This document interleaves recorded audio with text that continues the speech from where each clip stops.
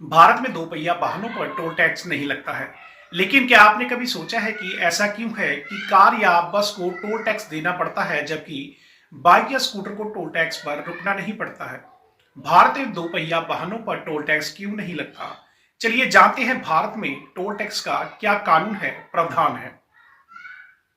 मैं Hitesh Chopra MSG news पर सभी दर्शकों का स्वागत करता हूं। भारतीय राष्ट्रीय राजमार्ग सड़क नियम नेशनल हाईवे फी रूल्स 2008 के नियम 4/4 के मुताबिक तिपहिया और दोपहिया वाहनों को टोल टैक्स में पूरी तरह से छूट दी गई है।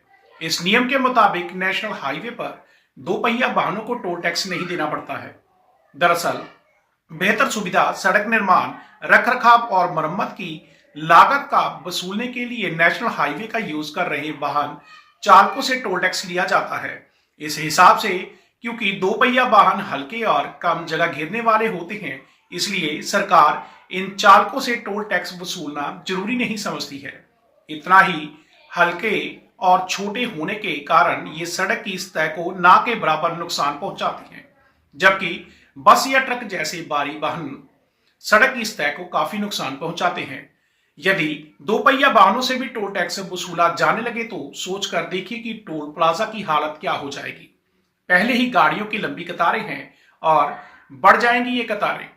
जाम और टोल प्लाजा पर आवागमन बहुत ही धीमा हो जाएगा। अगर हाईवे पर भी जाम लगेगा तो हाईवे होने का मतलब ही क्या हुआ?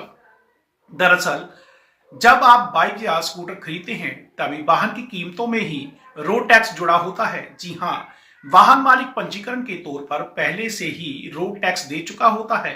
ये टैक्स इनडायरेक्ट टैक्स होता है जो सार्वजनिक सड़कों और नेशनल हाईवे के इस्तेमाल करने की लागत को कवर करता है। एक कारण ये भी है कि दोपहिया वाहनों से टोल नहीं लिया जाता है क्योंकि पहले ही अप्रत्यक्ष रूप में उनका भुगतान हो चुका होता है।